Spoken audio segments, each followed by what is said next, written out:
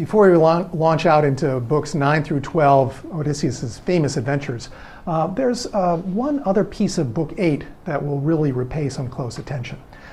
In there, we see a figure of a poet, Demodocus, makes an appearance. And in focusing on this character, we're going to get a little window into what it might have been like for this guy, Homer, in his own world. We have a kind of vision through Homer's eyes of how a poet functions in his society through the character of Demodocus. Very useful thing to just pay a little bit of attention to. So we know from Homer's portrayal of Demodocus that ancient poets had a bardic role in their society.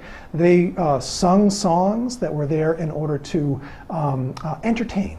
They were great entertainers. They were part of the retinue of wealthy aristocratic people.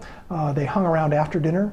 They had some light musical accompaniment. They may well have had dancers accompanying the different stories that they told. And they were there in a mode to tell episodes from famous mythic past. So, for example, in this story we have Odysseus himself asking for, hey, could you play the one about the Trojan horse?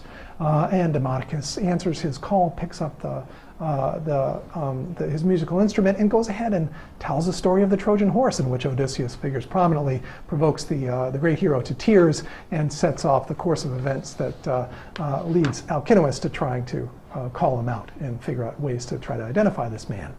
A poet after dinner will listen to requests, will tell episodes from great ancient narrative tales, and has a role as an entertainer in the court retinue of aristocratic peoples. They're also well known for a few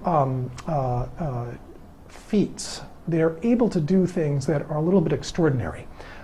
Two things I'm going to focus on here. Number one, memory.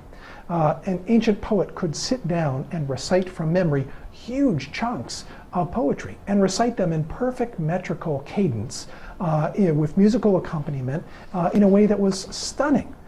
These people had these extraordinary powers of memory and beguiled their audiences with their ability to recall details and tell things in a beautiful way.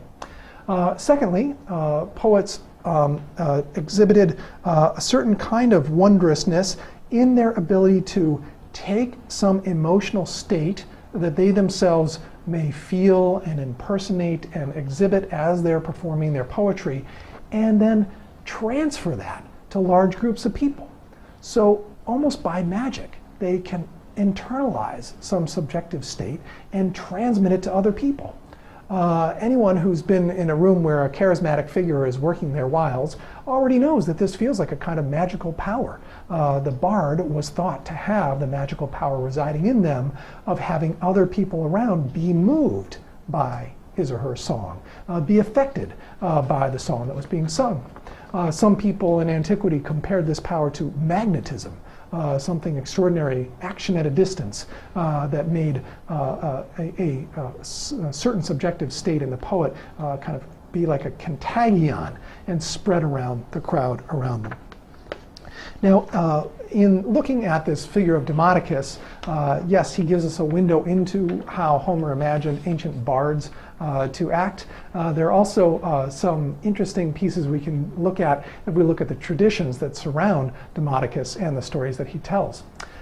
You recall that one of his stories, and perhaps Demodocus' most famous story, not the Trojan horse, it's this scene where Aphrodite has an affair with Ares to the detriment of her loving husband, Hephaestus. This story unfolds in detail that gives us pause and makes us feel a little bit sorry for Hephaestus. Ares comes along and seduces Aphrodite. She gives in, and they go ahead and have this amorous tryst. Helios, the god who inhabits the sun, sees everything, since he can see everything that's happening on Earth, and he goes over and tells Hephaestus. Hephaestus then is angry with what's happening, of course. He then makes a special netting made out of very fine metal. He's perfect at working with different kinds of metals, and makes a trap that not even gods can escape from. So next time Ares and Aphrodite get into the bed, they get trapped by Hephaestus's net, and all the gods come around and start to laugh They laugh at this awful scene, talking about, oh, ho, ho, ho, poor Hephaestus. Look, Ares is having sex with Aphrodite, chuckle, chuckle, rib, rib. And then one or two of them says, oh boy, it would be nice to be Ares right now, because you could have this beautiful queen to yourself, and so on and so on. And it's a story that has a certain edginess to it. It's not quite, it pushes the boundaries of propriety. And if it does to our eyes, well, it surely did to ancient eyes as well. And in fact, the tryst of Ares and Aphrodite was something that was fascinating to ancient commentators. They were trying to figure out, what the heck is this doing in here?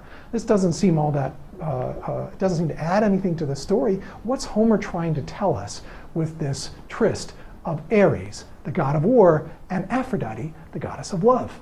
And what's Hephaestus' role in all this? Well, the allegorists have a field day with this. They jump on in and claim in antiquity that there's all kinds of hidden subterranean messages in this story of the affair of Ares and Aphrodite. One of them, Heraclitus from the 1st century CE. This is not the Heraclitus from the pre-Socratic philosopher. This is a commentator on Homer's poetry.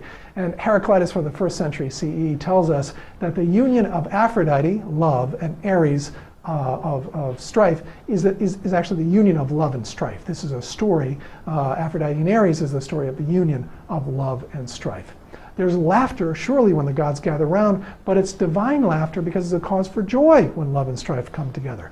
Never mind, Heraclitus, that they seem clearly to be laughing out of a snickering, sardonic kind of emotion, not out of joy, but didn't matter to Heraclitus. Then another idea that he forwarded claimed that this whole story was a comment on the art of blacksmithing. So we have fire, Hephaestus, who softens iron, Ares, by capturing him, and then we need to apply we need to apply passion, here represented by Aphrodite, to the work in order to be good blacksmiths. And at the end, remember, it's Poseidon who calls everything off. All the other gods are snickering, and Poseidon says, no, enough's enough.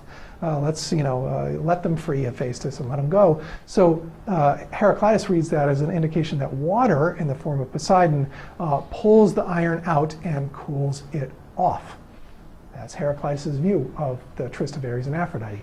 Another commentator from the 1st century, a man named Cornutus, tells us that when Ares and Aphrodite get together, it's a kind of adultery. So fair enough. And he says that the brutal and the violent do not correspond well with the cheery and the gentle, nor is one naturally intertwined with another, but there is a noble offspring, because legend had it later on that after Ares and Aphrodite got together, there was indeed an issue from their romantic relationship, and this is the deity Harmony. So we have in Cornutus's reading, yes, it's a representation of adultery, but in the end, harmony, something good, comes out of the brutal and the violent and the cheery and the gentle coming together. Finally, the author of The Life of Homer, an unknown person who is known in antiquity as Plutarch, but that's not surely the right name, but the unknown author of The Life of Homer in the 1st century CE writes this: Ares and Aphrodite are love and strife, and they sometimes get together, then there is harmony, and sometimes they're apart. Helios denounces them, Hephaestus chains them, and Poseidon, water, frees them. He claims that it's clear from this that the hot, dry essence and its opposite, the cold, wet one, sometimes draw the universe together, sometimes pull it apart. So there are lots of interpretations that get kicked off by this story that Demodocus tells of Ares and Aphrodite. And in fact, as is probably still the case today, it is the parts of the ancient myths that seem to be the strangest, that are the most disturbing to us, that are the most provocative, the most unsettling. These are the parts of the myth that draw the most attention and get the most work of commentary as people try to figure out what the heck just happened. Here's an example from antiquity of a myth that gets told, retold, interpreted, and reinterpreted. We're about to kick into some of the strangest parts of Homer's Odyssey. Books 9 through 12 are going to introduce us to things that make the tryst of Ares and Aphrodite look like kid stuff. So hang on to your seats. It gets ugly for a while, but don't worry, Odysseus will bear up. He will suffer, but he will also endure.